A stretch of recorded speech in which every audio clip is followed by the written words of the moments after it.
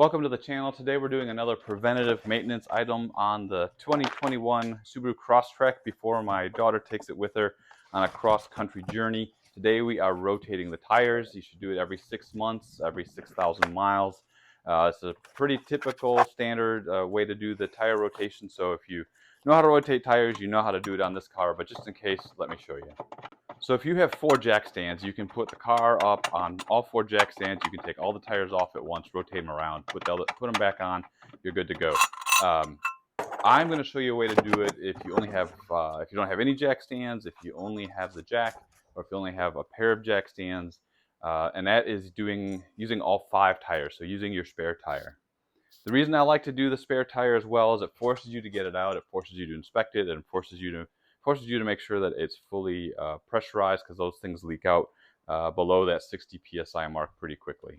So we'll go ahead and get the spare tire out of the trunk, and yeah, this method will cause it to go a little bit longer than if you just pop off all 4 at the same time, but like I said, you get the added benefit of checking out that spare. So we remove everything that's in the trunk, the rubber liner, the cover for the spare tire, the little tray of tools on top of the spare tire, unthread the cap that holds the spare tire in, pull the spare tire out, and then inspect it to make sure there's no nails or anything in it, and then check the pressure on it, and if it's not at 60 psi, put some air in it to get it up to 60.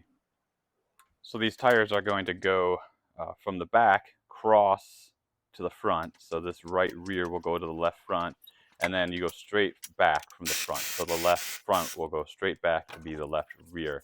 And so you will, I'm going to start at the right rear corner because it's convenient.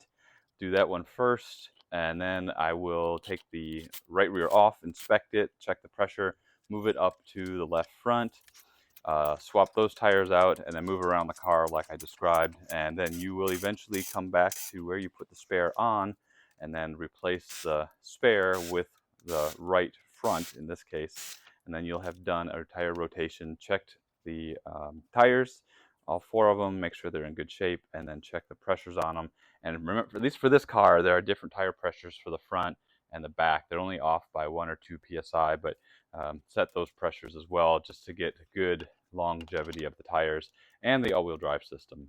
And since I'm jacking up 1 corner at a time, I'm using the pinch seam under the frame rail, just like when you're using the spare tire jack, and lifting it up on the frame rail and not at the differential and the jacking plate in the center of the car. When you're removing the lug nuts, you're going to use a 19mm socket. If you don't have an impact gun and you're just using a 4-way wrench or a long-handled ratchet, get those lug nuts loose before you jack the car up. When I get these off, I just roll them in front of me slowly and look for anything like screws or nails or anything that's got causing damage to them. Make sure there's no uneven wear on the tires, and then roll it up to the next place where it gets installed. With the tire off, I also inspect all 4 corners. I'm looking at the shocks, make sure there's no oil coming down the shocks, like showing bad shocks. Looking at the bushings, looking for wear, looking for any damage, and then also looking at the brake wear, the brake linings, and looks good. And looks good on this side. I don't know how well it shows up on the camera, but both the pads look good on the right rear, and I'll do the same thing on the left rear. And on the fronts, I'll do a little bit more inspection because you've got the CV joints and you've got the power steering boots and everything. You want to inspect those too. Look for grease, anything like that.